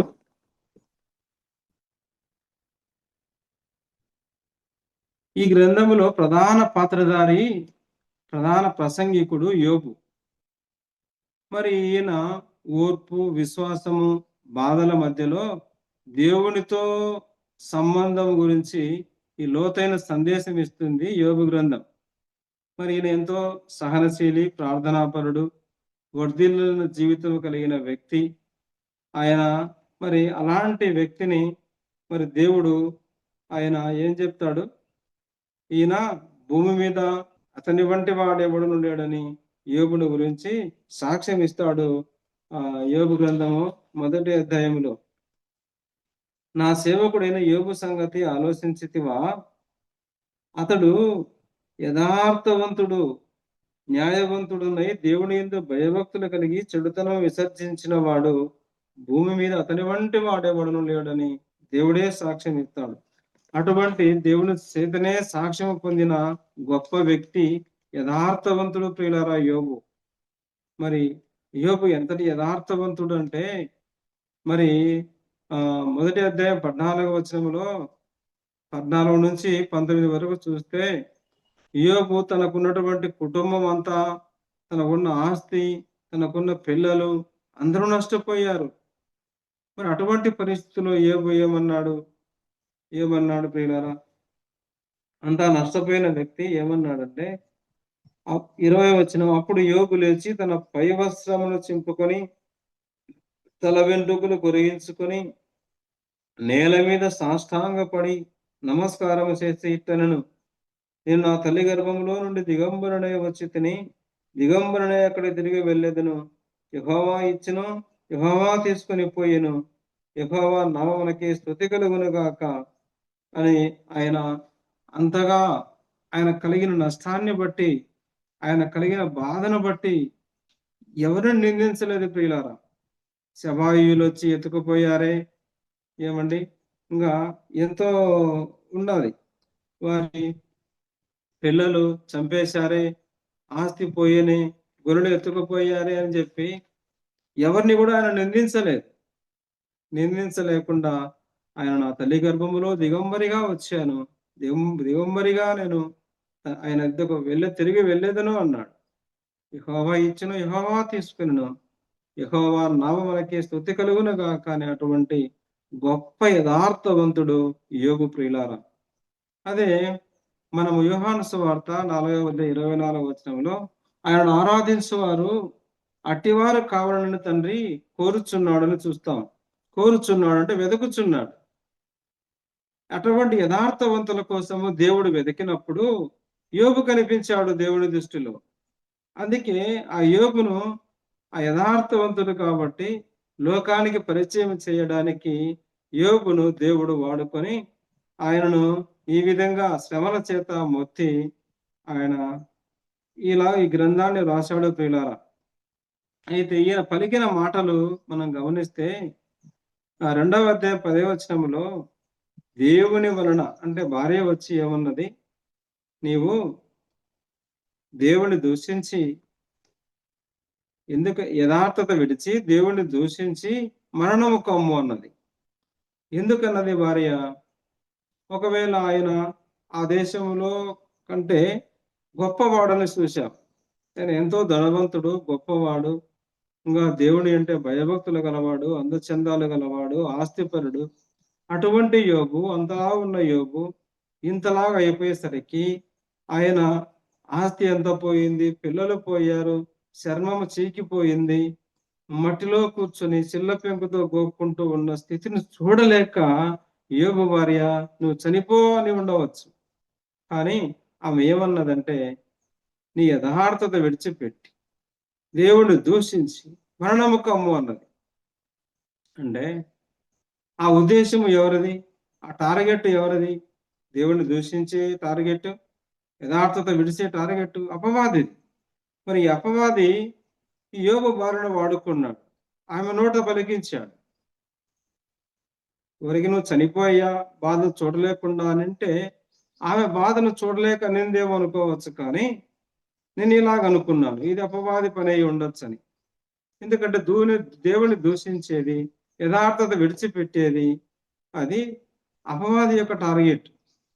అటువంటి స్థితిలో కూడా యోబు ఏమన్నాడంటే, మూర్ఖురాలా అనలేదు, మూర్ఖురాల వలె మాట్లాడుచున్నావే, దేవుడు మేలు ఇచ్చినప్పుడు మనం అనుభవించితిమి కదా, ఆయన కీడును అనుభవించగదా అన్నాడు. అంటే మనము సంతోషంలోనే కాదు మరి దేవుని స్తుతించేది, బాధలు కూడా అనుభవించాలి అని అన్నాడు. ఎందుకంటే మనం అనుకున్నవన్నీ జరగవు, అనుకోలేదని ఆగవు, జరిగేవన్నీ కూడా మన మంచికేనని అనుకోవడమే మన పని అని చెప్పి యోబు ఆ భార్యతో, అట్లా మాట్లాడుతావే, దేవుడు మరి మంచి ఇచ్చినప్పుడు మనం అనుభవించాము కదా, మరి ఆయన కీడు ఇచ్చినప్పుడు అనుభవించతా కదా అని ఇటువంటి మంచి మాటలు, గొప్ప మాటలు, అందరికీ గుర్తుండిపోయేలా పలికిన మాటలు ఉన్నాయి ప్రియులారా. ఇంకా ఏంటంటే ఆయన ఏమంటాడంటే, నా చర్మము చీకిపోయినా, నా శరీరము ఈ కురుపులతో మొత్తినా కూడా నా దేవుణ్ణి చూస్తాను అంటాడు. ఎందుకంటే నా విమోచకుడు సజీవుడు అంటాడు, నా విమోచకుడు సజీవుడు అని అంటాడు. నేను ఆయనతో అంటే ఆయన సజీవుడని తెలుసు ప్రియులారా. ఆయన తెలియకుండానే యేసుక్రీస్తు గురించి ఆయన ప్రవచించాడు ప్రవచనాన్ని. నా దేవుడు విమోచకుడు అంటాడు. అంత మాత్రమే కాదు, ఇంకా ఏమంటాడంటే ఆయనకు కలిగిన నష్టాన్ని బట్టి, ఆయన కలిగిన బాధను బట్టి దేవునితో వ్యాజ్యం ఆడాలని ఉంది, అయితే ఆయనతో న్యాయ విమర్శకు దిగాలని ఉంది. కానీ ఆయన నామలే నరుడు కాదు కదా అంటాడు. ఆయన నామలే నరుడు కాదు కదా అని చెప్పి అలాగున్న ప్రియులారా, మరి ఆయనకు నాకు మా ఇద్దరి మధ్య చెయ్యి ఉంచదగినటువంటి మధ్యవర్తి మాకుంటే మేలు అనుకుంటాడు. అంటే ఆయన మధ్యవర్తి ఉంటే మేలు అనుకుంటున్నాడు. ఆ మధ్యవర్తిని యోబు మధ్యవర్తి ఉంటే మేలు అనుకున్నాడు. మనకైతే ఆ మధ్యవర్తి మనకున్నాడు ప్రియులారా. ఆ మధ్యవర్తి మనం అనుభవిస్తున్నాం. ఎలీహు కూడా వేలాది దూతలలో గనుడైనటువంటి ఒక మధ్యవర్తి మాకు ఉంటే బాగుండు అనుకున్నాడు. నరులకు యుక్తమైనది తెలియజేయడానికి, యథార్థమైనది తెలియజేయడానికి వారు ఉంటే బాగుండు అనుకున్నారు. కానీ మనం ఆ మధ్యవర్తి మనం అనుభవిస్తున్నాం పిల్లరా. ఇందుని బట్టి దేవునికి స్తోత్రాలు చెల్లించాలి. అయితే యోబు అంతిమంగా దేవుని అంగీకరించాడు. ఆయన ఇది ప్రణాళికని గమనించాడు. చివరికి దేవుడే సర్వశక్తిమంతుడని ఆయన తెలుసుకొని అప్పుడు అంటాడు, లొంగిపోయి నా కన్ను నిన్ను చూచుచున్నది అని చెప్పి తనకున్నటువంటి గర్వాన్ని, స్వయం గర్వాన్ని, అంతవరకు ఆయనే నీతిమంతుడు, నేనే నీతిమంతుడు అనుకున్నాడు. కానీ అతని నీతిని, అతని స్వయం గర్వాన్ని విడిచిపెట్టి చివరికి పూర్తిగా దేవునికి లొంగిపోతాడు. తర్వాత దేవుడు యోబును ఆశీర్వదిస్తాడు. రెట్టింపు ఆశీర్వాదం, ఆస్తి రెట్టింపు, కుమారుడు రెట్టింపు, ఆయన మరి ఆయుష్ కూడా రెట్టింపు ప్రియులారా. అటు తర్వాత యోబు 140 సంవత్సరాలు బ్రతికి మరి కుమారులు మనవలను చూసినట్టుగా చూస్తున్నాం. అటు తర్వాత 140 సంవత్సరాలు. మరి యోబుకు ఆ రోగం వచ్చినప్పటికీ 70 సంవత్సరాలు కావచ్చు. దాదాపు 200 సంవత్సరాలు బ్రతికాడు. ఈ దేవుడు ఆ రెట్టింపు ఆశీర్వాదం వేయకపోతే యోబు ఒకవేళ 70 సంవత్సరాలు బ్రతికిన తర్వాత రోగం రాకుండా ఒక 30 సంవత్సరాలకు మరణించేవాడు. 100 సంవత్సరాల ఆయుస్సు. అయితే యోబుకు రెట్టింపు ఆయుస్సు ఇచ్చాడు. అలాగున ప్రియులారా, మరి యోబు గురించి మనం విన్నాం. మరి సమయం అయింది అనుకుంటాను. ఇంకా చెప్పవలసిన అంశాలు ఉన్నాయి. మరి ఈ గ్రంథములో మరి 8 మంది సంభాషణ ఉన్నది ప్రియులారా. దేవుడు, అపవాది, యోబు, యోబు భార్య, 4 స్నేహితులు. మరి చివరిగా ఈ గ్రంథములో నేను తెలుసుకున్న నీతి ఏమిటంటే, మరి సాతాను ఆరోపణ ఖండించాడు దేవుడు అని. వాని ఆరోపణ ఏమిటి? ఆశీర్వాదం వలనే యోబు నీతిమంతుడు అయ్యాడు అని అపవాది యొక్క ఆరోపణ. మరి దేవుడు వాని ఆరోపణను ఖండించాడు. ఇది నిజమైన విశ్వాసానికి పరీక్ష. రెండవది ప్రియులారా, మొదటిది సాతాను ఆరోపణ ఖండించాడు. రెండవది నిజమైన విశ్వాసానికి పరీక్ష అని మనం తెలుసుకున్నాం ఈ కథలో. ఎందుకంటే యోబు దుఃఖములో కూడా, బాధలో కూడా, అటువంటి సమస్తాన్ని కోల్పోయిన స్థితిలో, నాన్న శరీరమే కూడా సహకరించకపోయినా కూడా అటువంటి స్థితిలో దేవుడే ఇచ్చాడు, దేవుడే తెచ్చుకున్నాడు, దేవుడి నామానికి మహిమ అంటూ ఆయన నోటి మాటతో కూడా పాపము చేయని వాడుగా చూశాం ప్రియులారా. మరి అలాగున మరి వారు ఎంత స్నేహితులు, వారందరూ ఏమనుకున్నారంటే పాపం వలనే ఈ వ్యాధులు, బాధలు వస్తాయని యోబును ఎంతో బాధపరిచారు. మరి మనం ఎవరినైనా పరామర్శించడం వెళ్ళడానికి అలాగ మాట్లాడకూడదు ప్రియులారా. ఇది మరి నిజమైన విశ్వాసానికి పరీక్షని గమనించాలి, ఓదార్చాలి. తర్వాత మూడవదిగా దేవుడు సార్వభౌముడు నిరూపించుకున్నాడు ఈ గ్రంథములో. మరి స్నేహితులు పాపం వలన రోగాలు వస్తాయని, శ్రమ వస్తుంది అనుకున్నారు. కానీ దేవుడు ఏమన్నాడంటే, నా ఉద్దేశం మీకు తెలియదు, నా ఉద్దేశం వేరన్నాడు, నిరూపించాడు. తర్వాత ఈ 4వ నీతి ఏమి గమనించాను అంటే, యోబు యొక్క విశ్వాసాన్ని శుద్ధి చేయడం, ఆ విశ్వాసాన్ని బలపరచడం అన్నమాట. ఎందుకంటే శుద్ధి చేయడానికి యోబు శ్రమలు యోబుకు రప్పించాడేమనుకుంటున్నా. అంతవరకు యోబు ఏమనుకున్నాడంటే తానే నీతిమంతుడని ఆయనకు ఒక అహంకారం ఉండేది. అయితే ఆ సొంత నీతి మీద ఆధారపడ్డాడు కాబట్టి యోబు అటువంటి సొంత నీతిని తెలిసేటట్లుగా ఆయన శ్రమను రప్పించి ఆ విశ్వాసాన్ని శుద్ధి చేశాడు. దేవుని గొప్పతనాన్ని గుర్తించేటట్టు చేశాడు. అవును పిల్లరా. తర్వాత అప్పుడు నా కన్ను నిన్ను చూచుచున్నది అన్నాడు. దేవుని గొప్పతనాన్ని గుర్తించిన తర్వాత అప్పుడు పశ్చాత్తాపడి తను తాను తగ్గించుకొని దుమ్ములో ధూళిలో ఆయన పడినట్లుగా చూస్తున్నాం ప్రియులారా. మరి ఈ పాఠం వల్ల నీతిమంతులకు కూడా కష్టాలు, బాధలు, రోగాలు వస్తాయని నేను గమనించే ప్రియులారా, చివరిగా నిజమైన విశ్వాసము ఆశీర్వాదం వల్ల కాదు, దేవునిపై ఆధారపడి జీవించాలని నా చివరి మాట ప్రియులారా. నిజమైన విశ్వాసం ఏదంటే మనకు వచ్చే ఆశీర్వాదం వల్ల కాదు, దేవుడు మనల్ని దీవించాడు, దేవుడు మనకు ఎక్కువ సమృద్ధిగా ఇచ్చాడు అని ఈ ఆశీర్వాదం వల్ల మనము దేవునిపైన విశ్వాసం కాదు. కానీ మనము ఆశీర్వాదము లేకపోయినా, మనకు కష్టాలు వచ్చినా, రోగాలు వచ్చినా, బాధలు వచ్చినా కూడా దేవునిపై ఆధారపడి జీవించాలని నా చివరి మాట ప్రియులారా. మరి ఇలాగున దేవుడు తన మాటలు దీవించును గాక. మరి ఈ అవకాశం ఇచ్చిన బర్నబాస్ అన్నకు నా ప్రేమ వందనాలు. ఈ కూడికలో చేరి వచ్చిన పెద్దలకును, దేవుని సేవకులకును, ప్రియులందరికీ కూడా, సహోదర సహోదరులకు అందరికీ ప్రభు నామములో నా ప్రత్యేక వందనాలు తెలియజేసుకుంటూ, నేను ఈ సమయాన్ని మన అధ్యక్షుల వారికి చంద్రన్నకు అప్పగిస్తున్నాను. అందరికీ వందనాలు ప్రియులారా. ప్రభునందు ప్రియమైన వారులారా, ఇంతవరకు మనము ఉదయకాలం మొదలుకొని ఇంతవరకు ఆరాధనలో సమయం గడపగలిగితిమి.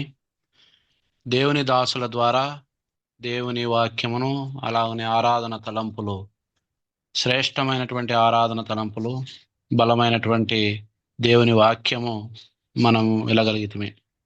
ప్రభునందు ప్రేమైనటువంటి వారులారా, ఉదయకాలంలో ఆరాధన తలంపులుగా కీర్తన గ్రంథం 69వ కీర్తన 3:21, అలాగే యోహాను సువార్త 19:28 ఆయన దాహమని అడిగినప్పుడు చిరకతో చేదుతో కలిపినటువంటి ద్రాక్షరసము అందించినట్లుగా మనము చూస్తున్నాం.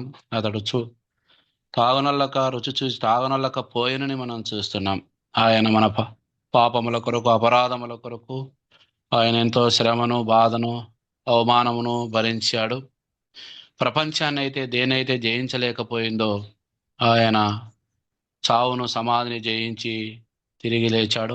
మరణమైనటువంటి మహమ్మారిని జయించినట్లుగా మనము చూస్తున్నాం. ఆయన విశ్వాసం ఉంచగా మనము కూడా మరణాన్ని జయించి నీతిమంతులుగా, సజీవులుగా దేవుడు మనల్ని కాపాడాడు అని ఆరాధన తలంపులు విన్నాం. అలాగనే యోబు గ్రంథములో కూడా ఆయన యోబు యథార్థవంతుడు, సత్యవంతుడు, యోబు వంటి మనుషుడు ఈ భూమి మీద ఎవరు లేడని దేవుడే సాక్ష్యం ఇచ్చాడని మనం చూస్తున్నాం. యోబు గ్రంథంలో 4 వ్యక్తులను మనం చూస్తున్నాం. దేవుడు, అపవాది, అలాగనే యోబు స్నేహితులు, యోబు భార్యను కూడా మనం చూస్తున్నాం. ప్రేమైనటువంటి వారలారా, ప్రభునందు ప్రేమైనటువంటి వారలారా, నిజమైనటువంటి విశ్వాసం దేవుని పైన ఆధారపడడం, ఆయన ఆశీర్వాదం కాదు, ఆయన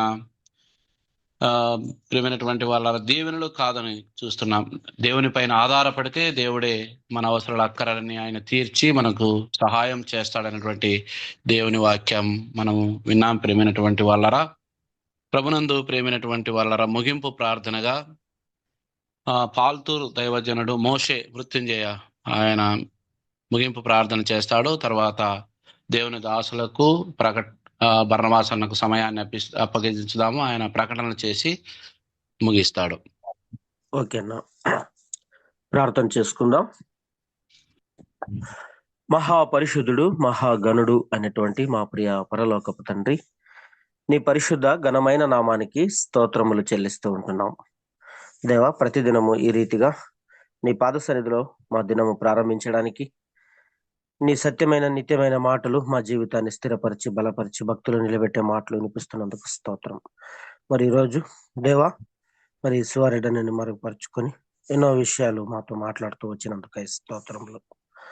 నా తండ్రి, ఇదిగో దేవా, ఈనాడు నీవు సర్వలోకానికి దేవుడు అని రుజువుపరిచిన దినమని, మరణించి మృత్యుంజయుడై తిరిగి లేచి నేనే దేవుడిని రుజువుపరిచి ఈ లోకానికి కనువిప్పు చేసిన దినమని ప్రభు నిన్ను స్తుతిస్తున్నాం, నిన్ను ఆరాధిస్తున్నాం, గణపరుస్తూ ఉన్నాం. వాక్యం ద్వారా మా అందరితో మీరు మాట్లాడినందుకు స్తోత్రములు, నీ నామానికి మహిమ తెచ్చుకున్నందుకై స్తోత్రములు. అవును దేవా, మరి యోబు కలిగిన జీవితాలలో తన భార్య, తన స్నేహితులు తండ్రి, వారి మధ్య సంభాషణ తండ్రి, నీ మధ్యలో నువ్వు తండ్రి మరి యోబుతో మాట్లాడము, దేవా, యోబు ఆ స్థితిలో కూడా ప్రభా సృష్టికర్త అయిన దేవుడు ఉన్నాడు అని, ఇదిగో నాన్న ఆయన సత్యవంతుడు సజీవుడు అని ప్రభా స్థిరమైన భక్తి కలిగి ప్రభా నిన్ను గణపరచడం మేము చూస్తూ ఉన్నాం. నా దేవా, ఇదిగో తన భార్యకు కూడా ప్రభా మూర్ఖురాలులే మాట్లాడుతూ ఉన్నావు. మరి ఆయనను దూషించడం అది మన పని కాదు, ఆయన సత్యవంతుడు సజీవుడు చూస్తున్నాడు అనే మాటలు ఎన్నో వింటూ వచ్చాం. నా దేవా, నీకు స్తోత్రములు. ఇంతవరకు మీరు కృప ద్వారా మా అందరితో మాట్లాడినందుకు స్తుతిస్తూ మీరే మహిమ పొందమని దేవా, ఈ కాన్ఫరెన్స్ ముగించుకొని స్వామి మా మందిరాలకు వెళ్ళి నిన్ను స్తుతించుటకు ప్రభా, నిన్ను గణపరచుటకు, నిన్ను ఆరాధించుటకు మాకు సమయం దయచేసినందుకు స్తోత్రం. సమస్త విషయాల్లో మీరే మహిమ పొందమని మా దేవుడు మా రక్షకుడు యేసుక్రీస్తు ఘనమైన నామంలో స్తుతించి వేడుకుంటున్నాము తండ్రి, ఆమేన్. ప్రభునందు ప్రేమైన వారలారా, ఇంతవరకు ఈ మంచి బాధ్యత దేవుని దాసులు నాకు అప్పచెప్పాడు. మరి దేవుని దాసులకు నా వందనములు తెలియజేస్తూ ఉన్నాను. అలాగనే కొన్ని ప్రకటనలు చేసి ఆయన కూడిని ముగిస్తాడు. ఈ బాధ్యత బర్నబాసునికి అప్పచెప్తున్నాను.